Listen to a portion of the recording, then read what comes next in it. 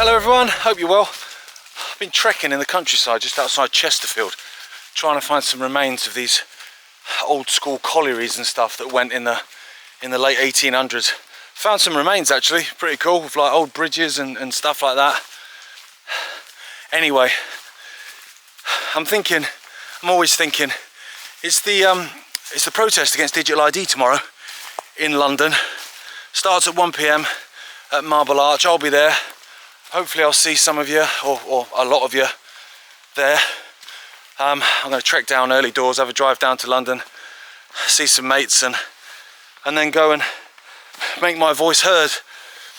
And I was thinking, you know, everyone's got different stories, right? I get that, like everyone's got different tales to tell, and you know, just coming to places like these, walking old pack horse roads that go back hundreds, thousands of years, you know, and thinking about all the people that have walked on them. They've all got their own stories, I get that. Everyone's got their own work situation, family situation, dependency on various things. So everyone's fight against digital ID is different. It's not a blanket thing where everyone's the same. So everyone kind of thinks, what happens if I stand up? What happens if I speak out? What happens if I refuse to comply? That's always the focus, you know. Will I lose my job? Will it mean I can't go on holiday with my family? Will it mean that my kids get blacklisted at school? And you know, whatever, everyone's got different concerns. And then I was thinking this morning, like, what if we focused instead our thinking on what happens if we don't speak up? What happens if we don't stand up? What happens if we don't refuse to comply?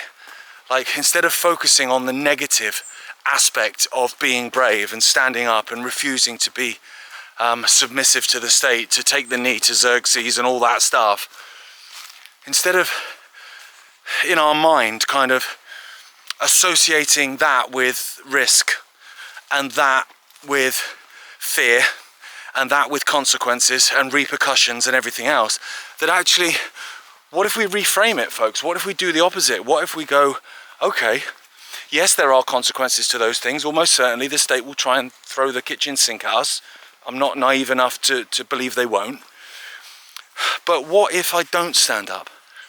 What's the alternative? What if I go, okay, I'm going to go along with this because I don't want the immediate repercussions?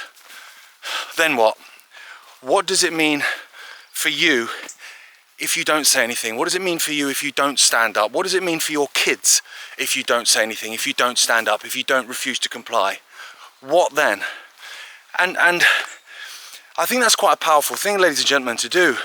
To almost, instead of, because we all do it, everyone's done it in one way or another, we almost strip the power away from ourselves by, I've got a style, get over it, I've got style. We kind of strip the power away from ourselves a bit by putting those fears in place for being brave. We focus on the repercussions, like I say, and the consequences of being brave, rather than focusing on the consequences of not being brave.